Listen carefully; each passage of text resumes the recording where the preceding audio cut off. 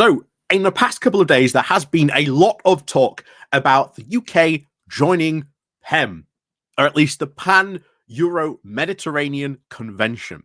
And this is actually something that is going to be, won't be an economic game changer, bear in mind. It's not going to be, like, oh my God, look at our economy. It's zooming away because we joined PEM. No. What this will do, what this will ultimately do is this will allow UK businesses to once again rebuild supply chains within Europe. It will not completely get rid of checks. It will not completely get rid of some of the barriers that these companies were facing, but it will. It will significantly lower a lot of the barriers that these companies are facing. And at the moment, I think this could very well be the way that we are maybe end up going. I think joining this, remember, it's not a customs union. That's something to stress. This is not a customs union. PEM is not a customs union. And that, of course, doesn't meet Labour's red lines because they said, oh, well, we're not going to, rejoin the single market in a customs union. However, PEM is not a customs union. But it is very much so an economic agreement that will help a lot of British businesses who are desperate to rebuild and re-secure their supply lines. Because remember, if anything that was shown during the pandemic, for absolute certainty, it was that shorter supply lines are not only more resilient, they bounce back better, but they are also stronger. So this makes complete and utter sense. However, as we'll get into in a moment, what I fear and what I think is right is that politically, unfortunately, this isn't, we're not there yet. Politically in the UK, unfortunately, as much as I would want to say it, we ain't there yet, which is sad. And I think this might be maybe too quick for Starmer. Maybe it's not. Who knows? We'll find out later this year. But for the fact that, remember, this is being offered to us by the EU, by the head guy who's in charge of the EU negotiations. So this isn't a Johnny Nobody saying this. This is a head EU professional. He's in charge of negotiations. He is saying this. And this sort of, once again, proves what I've been saying for a very long time. Remember, guys, what I said about, time will prove me right. So, as always, before we go into sort of some of this and talk about sort of what's going on here, please do remember to click on the like, share, and subscribe button. And of course, down below, there are links to my Patreon page, the one-off donation link called Buy Me Coffee, Wake You Well, Buy Me Coffee. And of course, there's the YouTube thank you button. There's the Pony Club down below as well. So, as always, thank you very much to all those people who do help and support the channel that way. And of course, as always, thank you very much to everyone who just clicks the like and share button. Like I say, it's all good. So, let's crack on then into this coming from the eye. So, new softer Brexit plan could be agreed in UK-EU talks. So let's find out more into this. So the UK has signalled that it is opening to joining an EU international trading partnership as the bloc now tries to cajole Britain into setting out what it wants from the Brexit reset. And there has been a lot of frustration. Let me reset that. There has been a lot of frustration from the EU from Starmer not saying what he wants. But as I have said multiple times, Starmer doesn't actually have to say what he wants until he enters that room, in that negotiating room. He doesn't have to say a thing. And I think this is because he wants to do this very slowly. The last thing he wants, which we have also seen, remember, is the Brexit betrayal narrative. Oh, they're betraying Brexit. They're doing, they're betraying the will of the people. this could be a very, very strong narrative for maybe a potential, well, future general election if maybe, I don't know, Farage or even the Tories could just turn around and just saying, um, Labour's betraying Brexit. They're betraying your vote that you did in 2016. We saw countless times in two elections, or in certainly 2019, how strong that vote was.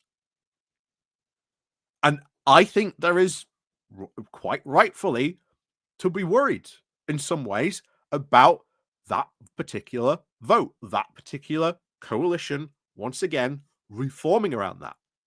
So, back to this though. Marco Savaric, the European Union's chief negotiator on post-Brexit relations, so this isn't a Johnny Nobody, bear in mind, saying this, said that Brussels could consider allowing the UK to join the Pan-European Mediterranean Convention, or PEM. The customs scheme would, of course, lower trade barriers between Britain and the bloc, as well as, of course, other nations. Which, again, wouldn't get rid of them, but it would significantly lower these barriers. And as we'll see in a moment, a lot of UK businesses, a lot of UK big business interest lobbies, as we'll get into later, want this to happen. They're like, yes, we want that. So, speaking to the BBC at the World Economic Forum in Davos, Sovak said that while nothing, of course, is certain, the EU would consider allowing the UK to join the PEM convention. Responding, Downing Street said that such a scheme is, of course, not a customs union and, therefore, would not breach the Labour government's red lines. And the Prime Minister's spokesperson said he will not comment on specific options up for discussion with the EU negotiations, but asked if he, of course, would cross the red lines set out in Labour's manifesto that EU ties, he said, the agreement that's been discussed is, of course, not a customs union. Our red lines have always been that we will never join a single market, freedom of movement, or we're just not going to get ahead, of course, now in these discussions.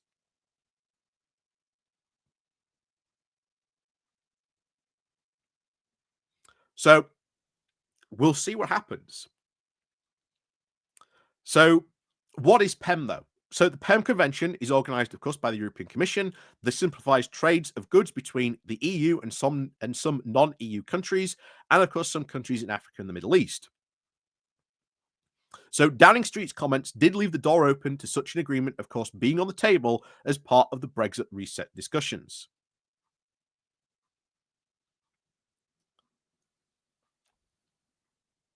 So we will see. It's not a customs union. It's an economic agreement. It would lower a lot of barriers to trade, and it would, while not being an economic game changer, it would be very positive for the UK economy. Lots of businesses in the UK are saying, actually, this is a very good thing since this has been said, and are responding very positively on this. Very positive on this. However, this is where we get to this. How well is this going to go with the Brexiteers? How much of an issue are they going to make this? So, the prospect, of course, joining PEM has now already been criticised by the Brexiteers. The step, quote, potentially brings the European Court back into having jurisdiction over the UK, the Tory Shadow Cabinet Minister Alex Bernhardt said. The Shadow Foreign Secretary, Priti Patel, who is a leading supporter of the campaign to leave the EU, said, the last reports of the government might shackle us to the European Union are now deeply concerning, and once again make clear that Keir Starmer and his chums are all too happy to put their ideology ahead of our national interest, no matter the cost. Although, I would argue that's what they did. They absolutely did that in terms of our national interest. But there you go. The Brexiteer, of course, concern will be that this is now the thin end of the wedge. The first step in pulling the UK back into the EU's regulatory sphere through a full customs union or even membership of the European Economic Area.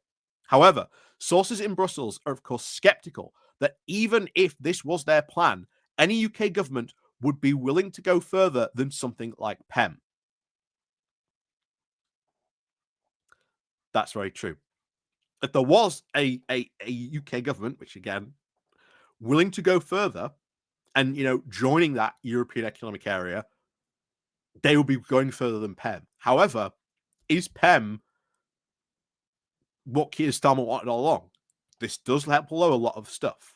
This would be massively helpful to companies rebuilding European supply lines, which in this point are very, very much needed.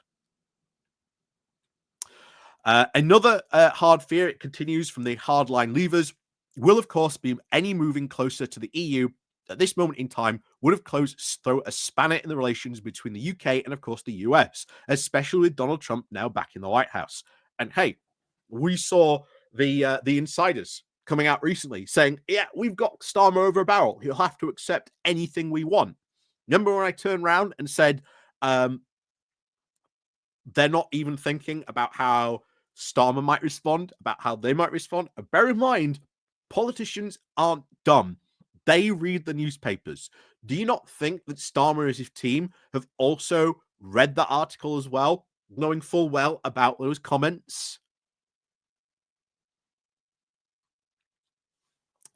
So Trump also now seems to have brought his hostility to the EU back to the White House now for his second term, and has been threatening very harsh tariffs on the EU, which the UK had hoped it could avoid. However, if Trump believes that Starmer is now seeking to pick sides with the EU, it might put Britain in the firing line in a European-US trade war. We've always said this. Always said this. If a trade war breaks out, the UK cannot sit on the fence. It will be forced to pick a side. And ultimately, that side it will come down on. If you look at all the data, the economic sense about it, it's not the US. It's not the US we would side with. It would be the EU. And if Trump does kick this off, as I've said before, his orange typhoonness would only push us back into Europe.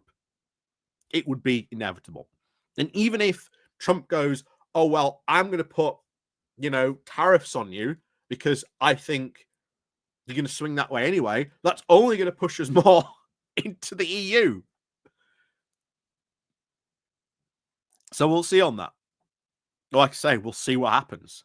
Like I say, Trump entirely unpredictable. So far, it's been a week. No news of tariffs yet. We'll see how those tariffs come. We have heard they're apparently meant to be being looked at in February. So maybe we'll have to see until then, see if those tariffs do come in February.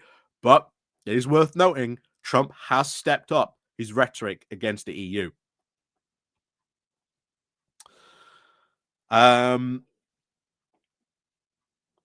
So where are we? So yes, any suggestion, of course, the UK moving towards a customs union with the EU would, of course, naturally complicate a full fat trade deal with the US.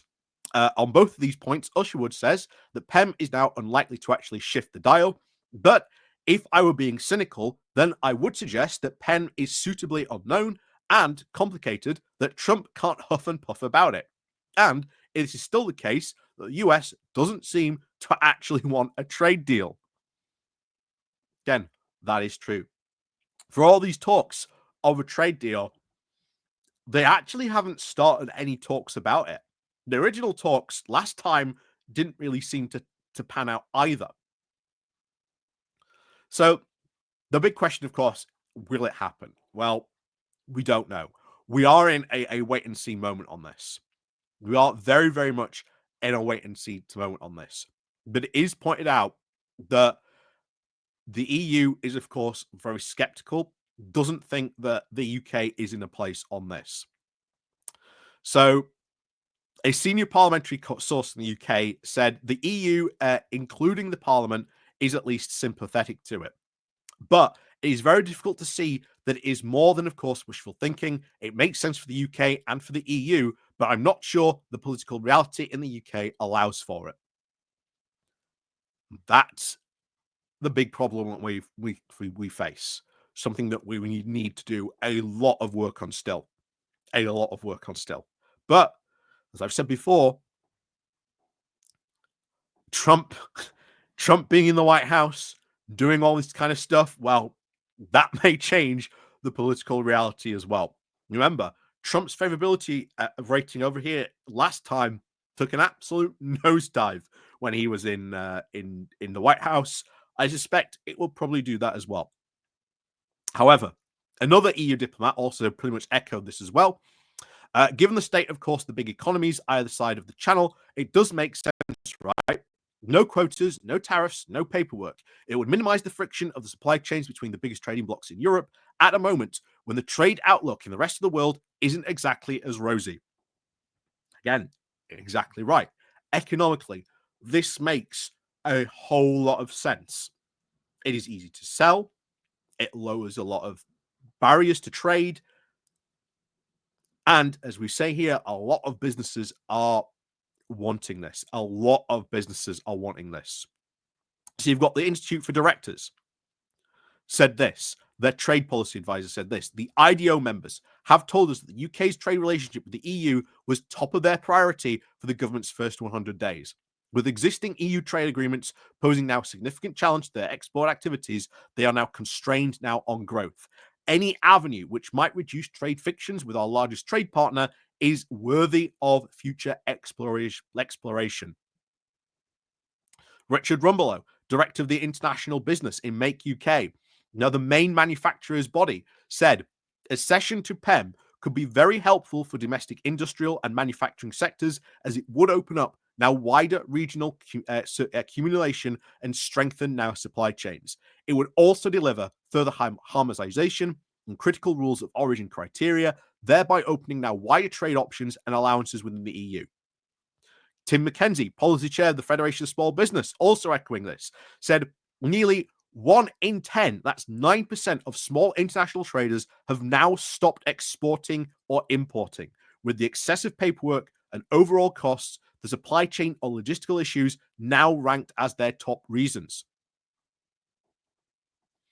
So you've got right there, you've got Institute for Directors, massive think tank and of directors, has a lot of pull in the UK, very influential. When they're turning around and saying, yeah, we'd kind of like this, it would be really good. You've got Make UK, the UK's manufacturing trade body, saying, yes, this strengthens our supply chains. This is good. Federation of Small Businesses. You know, what was it? 9 in 10? I think they said there. 1 in 10. 9% of all small international traders have stopped importing or exporting because of excessive paperwork, overall costs, and supply chain and logistical costs ranked now as their top reasons. So that's 3 of the UK's biggest bodies when it comes to business saying that is what we would like. That would be our ask.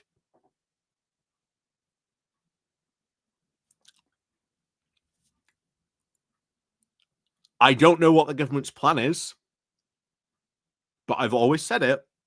There will just come a moment where maybe it will be this government, maybe it will be the next. Just turn around and just go, this is Brexit. This is as best as it is ever going to be. Are we really sure we want to continue with this? You know?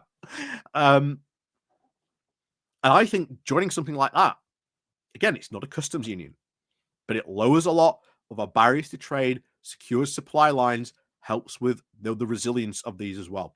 The pandemic, as I said at the beginning, showed that short supply lines are better for trade resilience. So that is very, very good.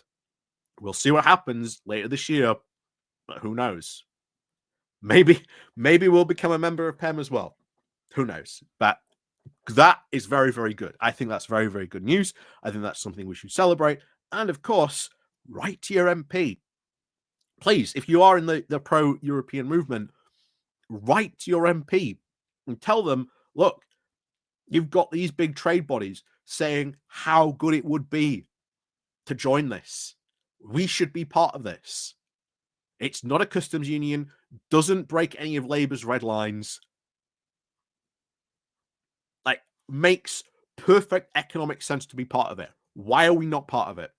I've always said this, putting pressure when our guys are in power is a big mark, for us. We now have to really start doing that, really start applying that pressure, start saying, hey, we'd like to see this, we want to see this, we'd like to see, things like this, take action on. So this is a big moment for us. This is certainly a big test, and I would love to see the European movement do a letter writing campaign to members of parliament, even if yours is like a still conservative, even if it's Priti Patel of all people. It would be highly interesting to see what would happen if Priti Patel's desk is just suddenly flooded with letters saying, actually, we would like to join this from all constituents. Would be kind of funny to see.